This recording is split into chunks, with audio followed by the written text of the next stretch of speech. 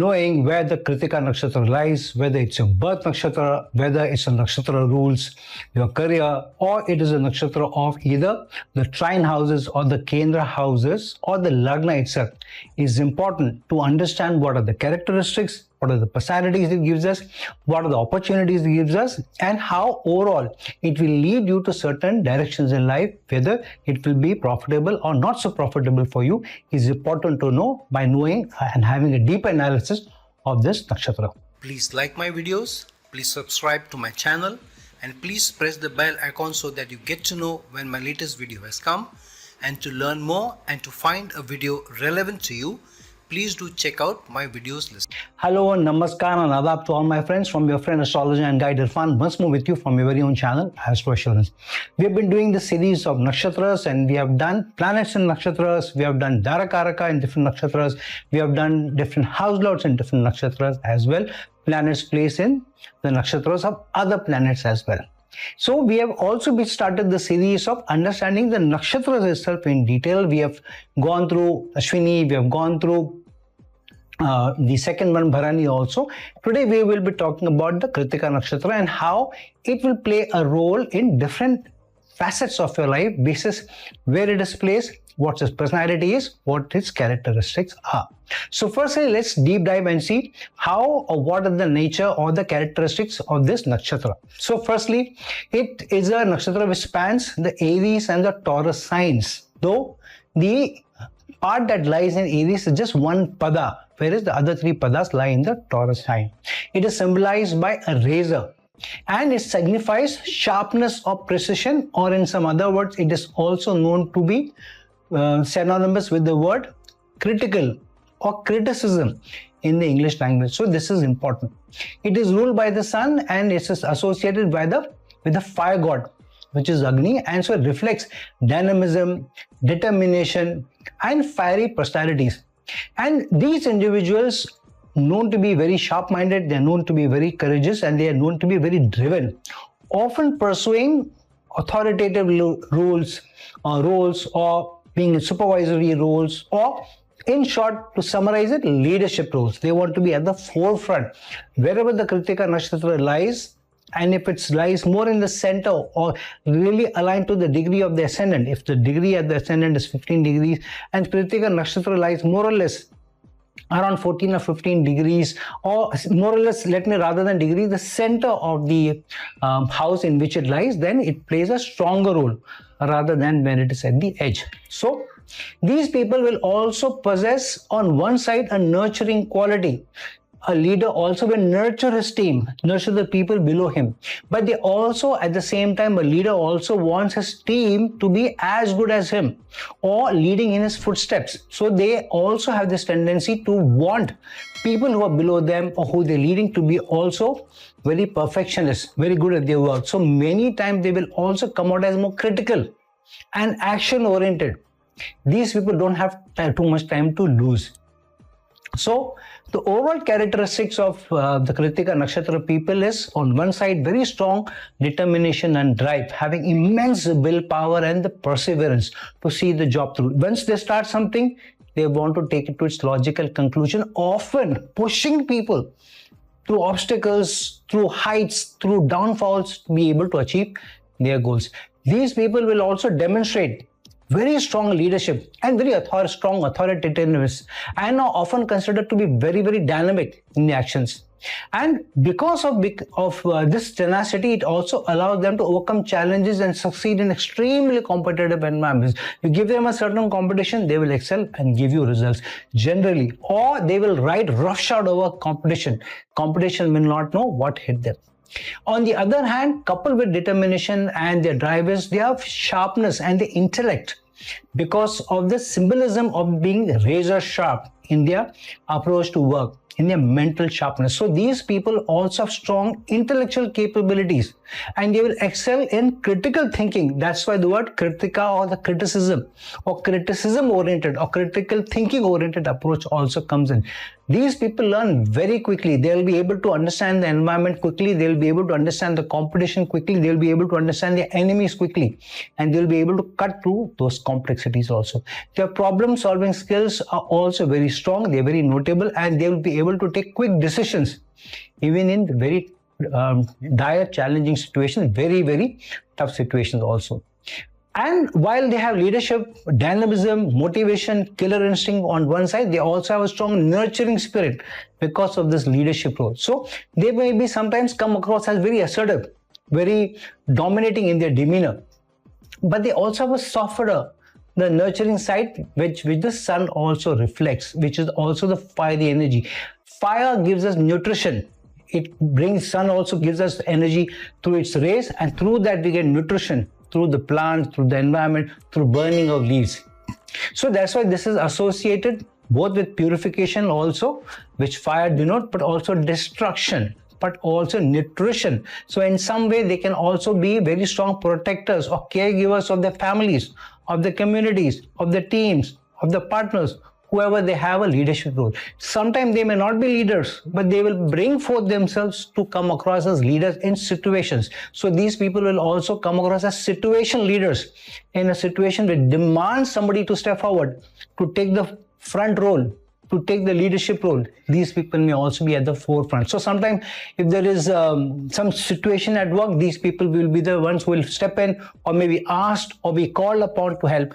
Some accident happening somewhere in the family, these people may be among the first people to reach, call up people, organize things, inform people, talk to the doctors, and do that stuff. So in some way, they will not only be at the forefront, but they also have very high standards, which a leader has. It's somebody who's at the forefront of their duties have. And so this is inherent in their personalities also.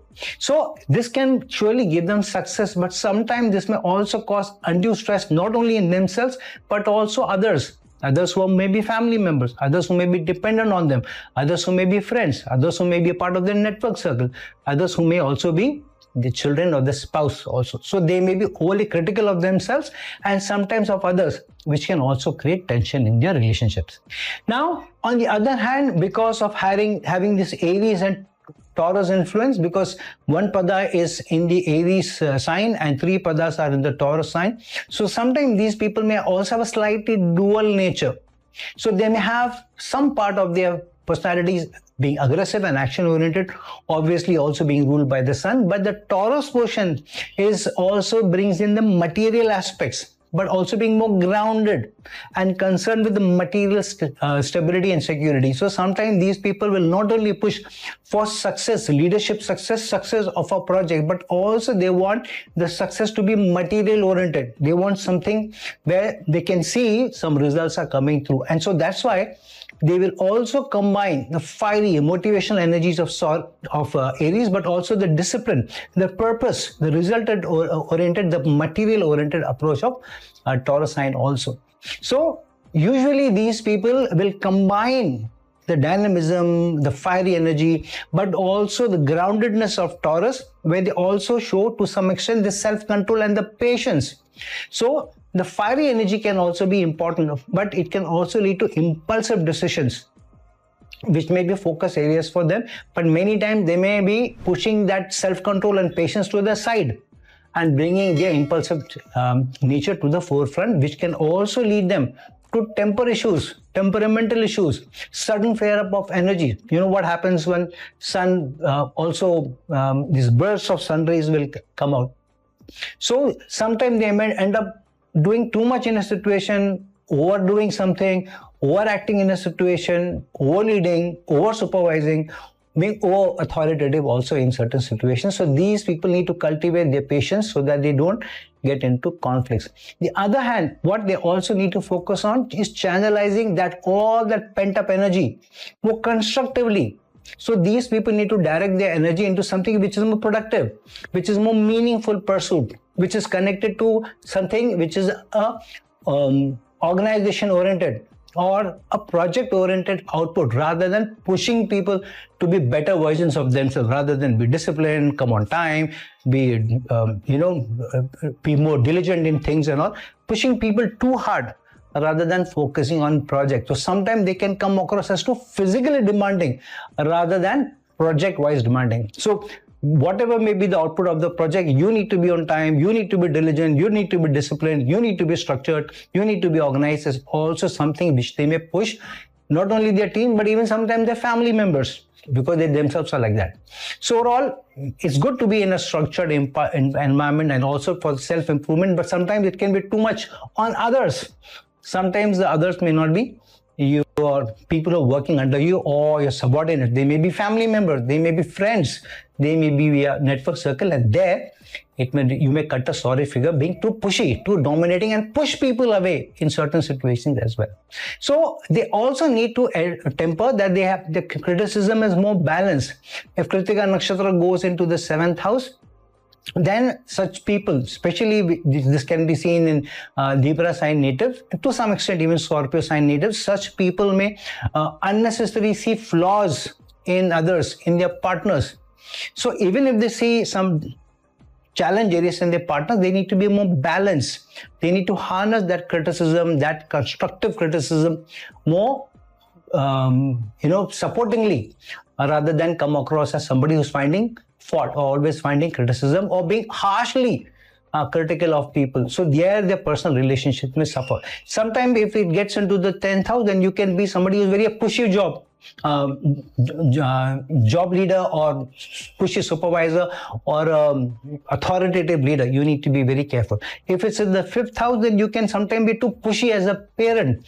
If it's not well placed, then in the 5th house, it can also lead to bad romances, falling out with number of partners because of personality issues.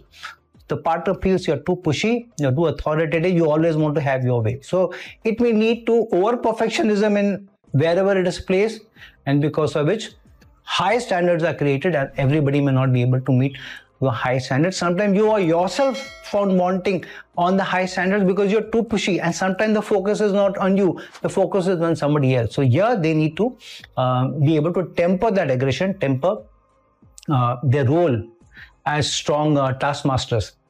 Sometimes this may also lead them to be still isolated because of this demeanor where people don't approach them, people want to keep their distance from you. Sometimes even in a domestic situation where you're married, you're with kids, kids may not approach you as much as they may approach the other parent. Even if you're the mother, sometimes too much critical or Kritika energy in the 5th house may push your children to approach their dad or their grandparents or an aunt or their friends rather than you as a parent. So you need to be careful, especially if you're the father. You need to be more careful because children anyways seem to be more close to the mother, at least till their teenage years.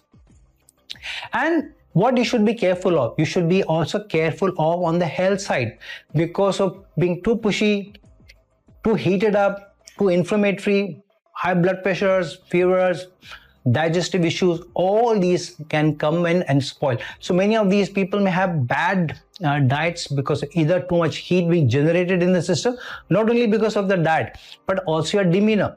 You're always on this, this high pressure situation, like you're all firefighting mode. Even when the situation is not firefighting, you may be in that mode.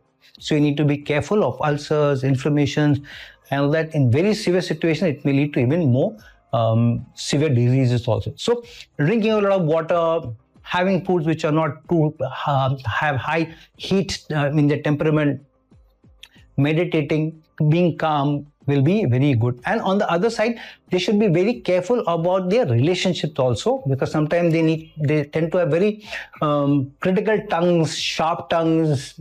Sometimes they may not think twice before they give unsolicited feedback also, even in situations where they need to keep their mouth shut. So the tension may arise in the relationship, especially related to subordinates or those people who are below them or their partners or even their children. So they should be also mindful of your communication and empathy, because the sarcasm, the cutthroat, the razor sharpness may also come in how you talk with people, even with your loved ones. And one of more things which you need to be careful about is overworking or burning out, especially if it's your birth nakshatra lord, if it's a lord of the ascendant, or where your ascendant lord is placed, not where the moon is placed, that is your birth nakshatra lord. Where your ascendant lord is placed, if that goes into the Krittika nakshatra, then many times the Lagna Lord getting into Kritika Nakshatra means, especially the first pada, you may be too driven by ambition, too much having a desire to succeed, and sometimes you may overexert yourself. And this may overall lead to imbalance in your situation, in your relaxation, and even in your work-life balance. So burnout sometimes is seen very high with such people. What are the good careers for these people? Usually those roles where they have an ability to demonstrate their leadership abilities, or where they can show the authority, be leaders of a project, be leaders of a certain marketing initiative, whether as MDs or CEOs or executive vice presidents, or leading a certain team, leading even maybe a software team where you're the overall manager, overall in charge also. These people can also do very well in a more the constabulary roles, defense-oriented roles, in the police force, in the military, in the armed forces also, and even to some extent the law enforcement agencies. Then such people, because of the razor denotation of the nakshatra, they can also be good surgeons, good doctors. So many of the surgeons with Kritika Nakshatra, and if Ketu is also very strong in your horoscope, you may also be doctors, especially of the medical profession or where you conduct surgery. Or even if you are a pediatrician, you may have a lot of people who have come to you with cuts, stings, like scorpion sting, snake stings and all that, bites, and those kind of small cuts, falling down, needing sutures. Those kind of people may also come to you regularly. And these people also sometimes get into those professions where you are connected to some way to Mars or Sun, either through fire engineers or fire equipment makers or fire extinguisher makers, or working in furnaces, working in bakeries, some way fire, sharpness, manufacturing, edges, they all come into. However, the best thing for them is overall, even then, entrepreneurship, where they're leading a project, leading an organization, leading a department, leading an initiative. Other thing which comes to mind is also doing very well in engineering or technology roles, especially where engineering is concerned, where architecture is concerned, or very high technological fields where leadership is required, is also there. Some of them may do very well in fashion and design, especially if it gets into the third, fourth pada of Kritika. Then the Taurus energies may also come in, the Venus energies may come in. So fashion designers, interior decorators, somebody who's into design element, even landscaping of homes, bringing in a more aesthetic sense to their work can also be good for them. Now, which are the other nakshatras which these people are more compatible with? On one hand, they can be very compatible with the Rohini nakshatra because of the calm, nurturing denotation of Rohini. Other thing is the Uttara Falguni because of they being more grounded and reliable than the Kritika people. And thirdly, even the Uttarashada nakshatra, where the ambition and expansive energy of Uttarashada can be coupled with the leadership-oriented, the fiery, the dynamism-oriented energy of Kritika to be able to drive them to better success. Which is the more favorable Dasha period for these people? The Sun Dasha, obviously, for obvious reasons, because the Sun rules the Kritika Nakshatra, unless Sun is debilitated or is eclipsed by the nodes, Rahu or Ketu. Then, because of the fiery element and Kritika being some part of it being in Aries, Mars Dasha can also be very good for them, especially if Mars gets into any of the trine houses or the 10th house of the Lagna, then that Dasha can also be good for them. And to some extent, even the Venus Dasha, especially if the second, third, and fourth pada of Kritika is and the question, then the Venus Dasha, which the Taurus sign rules, may also come in question. Then because of the nurturing sign energies, Moon Dasha sometimes can be the tricky period for them because it's more nurturing energy, whereas Kritika is more dynamic energy, more ruling energy. The other Dasha which may be problematic can be the Saturn Dasha, because your Saturn is slow, methodical, result-oriented, whereas Kritika is move fast, do things fast, get things yesterday rather than today. So these Dashas can be slightly tricky, or even the Antar Dashas can be tricky, so one has to be more careful. If the first pada of Kritika is in the question, then obviously the Venus Dasha can be tricky, otherwise it can be good. And Moon and Saturn Dashas can also be slightly challenging because the roles that they have to play is slightly different. They may not be completely comfortable with. So overall, these individuals may be dynamic, strong-willed, precise, they may excel in leadership roles, in careers which require them to lead from the front, which requires them those fields or those industries which require determination and discipline. However, it's still advisable that they control their fiery nature, practice patience, cultivate empathy in their relationship, be more nurturing, be more soft in their language, in their demeanor, rather than be too controlling. Then these natives can achieve huge success while maintaining balance in both their personal and their professional lives. So friends, please understand where the nakshatra lies in your horoscope and in which house it plays a role, or use that energy for a more stronger result-oriented approach rather than misusing that energy to be more controlling and then spoiling your relations by the result. So friends, like this video, share this video, and if you're looking for a personal consultation from me, please reach out to me, the link given below. Until some other time with some other video, this is your friend astrologer and guide Irfan signing off. Ciao.